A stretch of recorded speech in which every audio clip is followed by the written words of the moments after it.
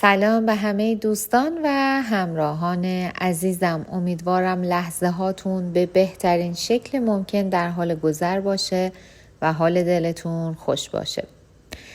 دوستان، گاهی وقتا برای اتفاقاتی که در زندگیمون نمیفته اطرافیانمون به ما میگن شاید حکمتی در این اتفاق بوده، شاید قسمت نبوده، شاید تقدیر اینطور بوده و میخوان ما رو راضی بکنن که ناراحت نباشیم از اتفاقی که نیفتاده.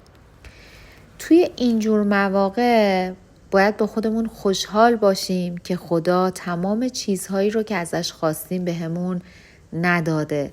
دیدید یه وقتایی یه تایمی میگذره بعد میگیم خوب شد اون اتفاق نیفتاد، چقدر خوب شد که اونجا میخواستم اون تصمیم رو بگیرم اما نگرفتم.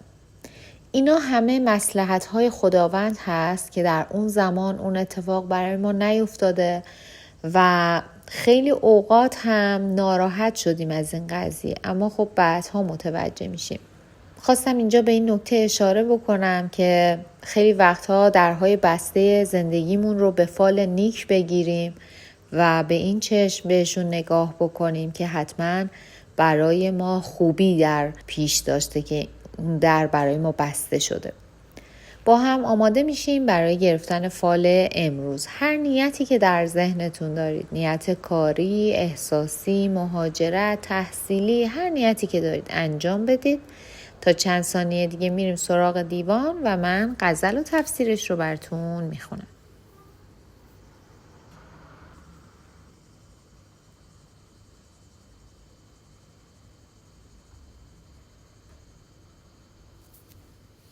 خب دوستان، اگر نیت هاتون رو انجام دادیم با هم ببینیم حافظ امروز چطور ما رو راهنمایی میکنن.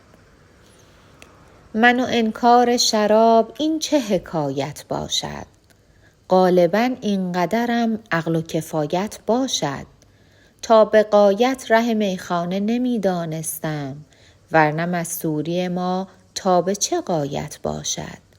زاهد و عجب و نماز و من و مستی و نیاز، تا تو را خود ز میان با که عنایت باشد. زاهد در راه به رندی نبرد معذور است، عشق کاری است که موقوف هدایت باشد. من که شبها ره تقوا زدم با دف و چنگ، این زمان سر به ره آرم چه حکایت باشد. بنده پیر مغانم که ز جهلم برهاند، پیر ما هر چه کند عین عنایت باشد. دوش از این غصه نخفتم که رفیقی می گفت، حافظ ار مست بود جای شکایت باشد.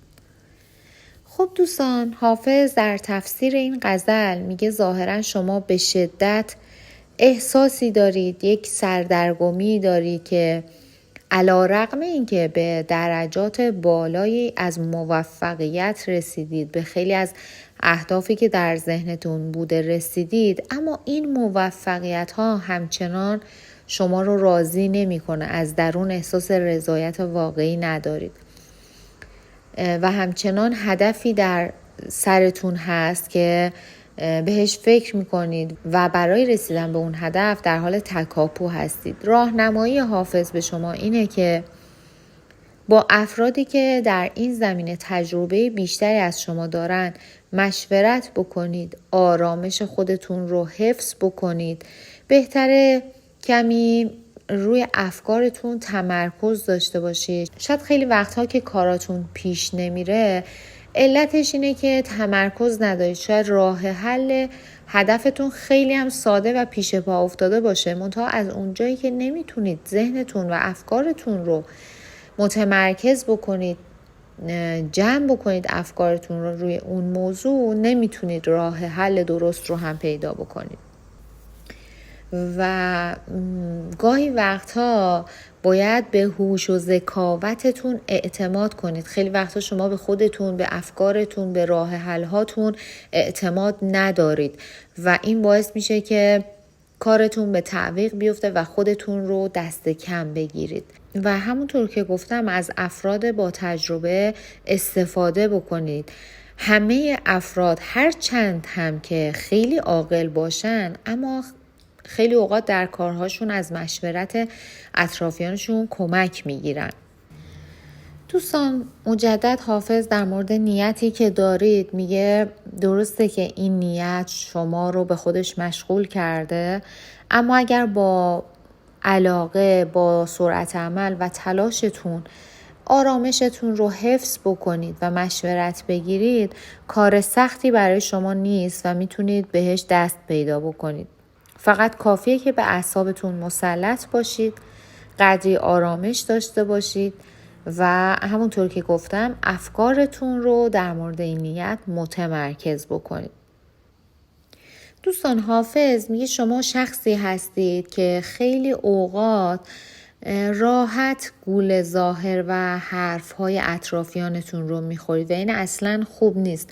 شما باید اول اطرافیانتون رو محک بزنید، آزمایش کنید، خوب و بدشون رو از هم جدا بکنید و بعد سعی کنید بهشون اعتماد بکنید.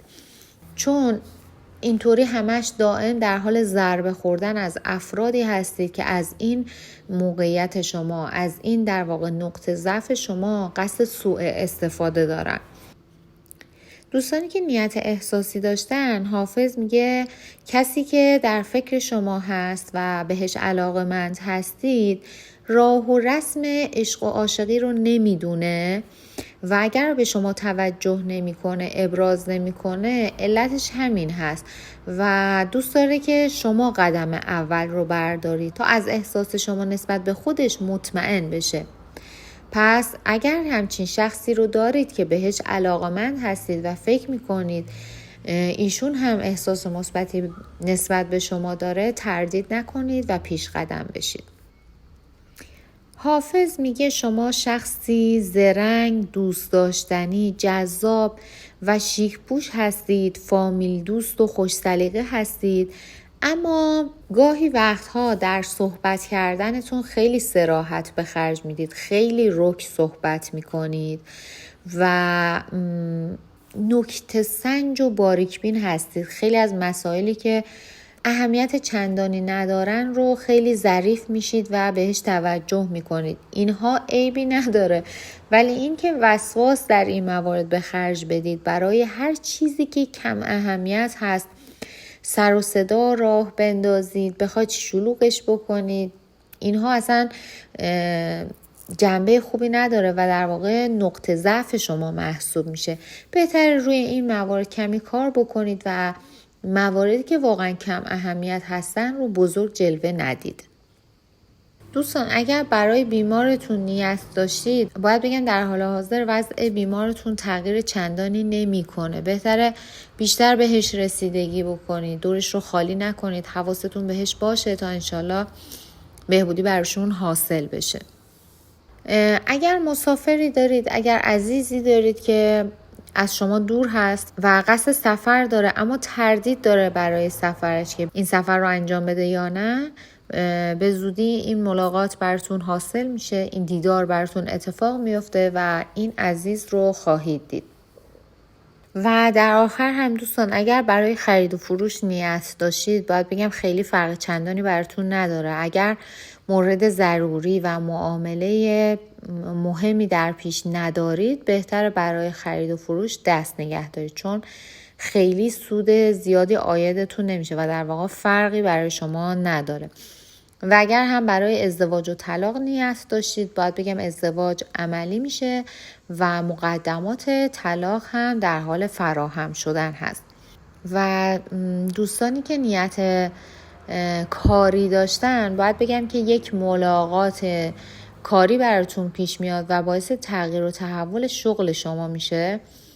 ملاقاتی که در پیش دارید و پیشنهاداتی که به شما میشه پیشنهادات خوبی هست و تغییرات و اثرات مثبتی در زندگی کاری شما خواهد داشت، اما در نهایت تصمیم نهایی با خودتونه که این پیشنهادات رو قبول بکنید یا به کار قبلیتون ادامه بدید، چون یک رضایت نسبی از شغل الانتون دارید. و نکته‌ای که حافظ داره در انتهای فال بهتون گوش زد میکنه اینه که در مورد شریک احساسیتون باید بدونید که این شخص به غیر از شما به کس دیگه علاقه نداره، اما گاهی وقتها ناملایمت هایی که از شما میبینه با خودش فکر میکنه که این عشق و این محبتی که در حق شما داره ابراز میکنه فایده‌ای نداره و فقط داره در قبال عشق و محبتی که به شما ابراز میکنه نامهربونی دریافت میکنه. اگر شریک احساسیتون رو دوست دارید و عشق و علاقه بین شما هست، بهتر کمی باهاش مهربونتر باشید، روی اخلاقتون کار بکنید و دلش رو به دست بیارید، چون اگر بخواید همینطور ادامه بدید مسلماً به جاهای خوبی ختم نخواهد شد. از صمیم قلب سپاسگزارم که تا پایان این ویدیو با من همراه بودید.